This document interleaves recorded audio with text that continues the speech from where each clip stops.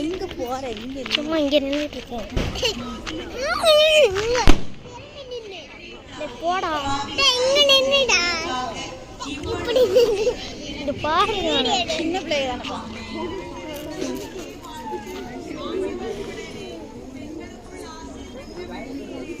விடு எத்தனை பாசாட படலாம் போறாங்க.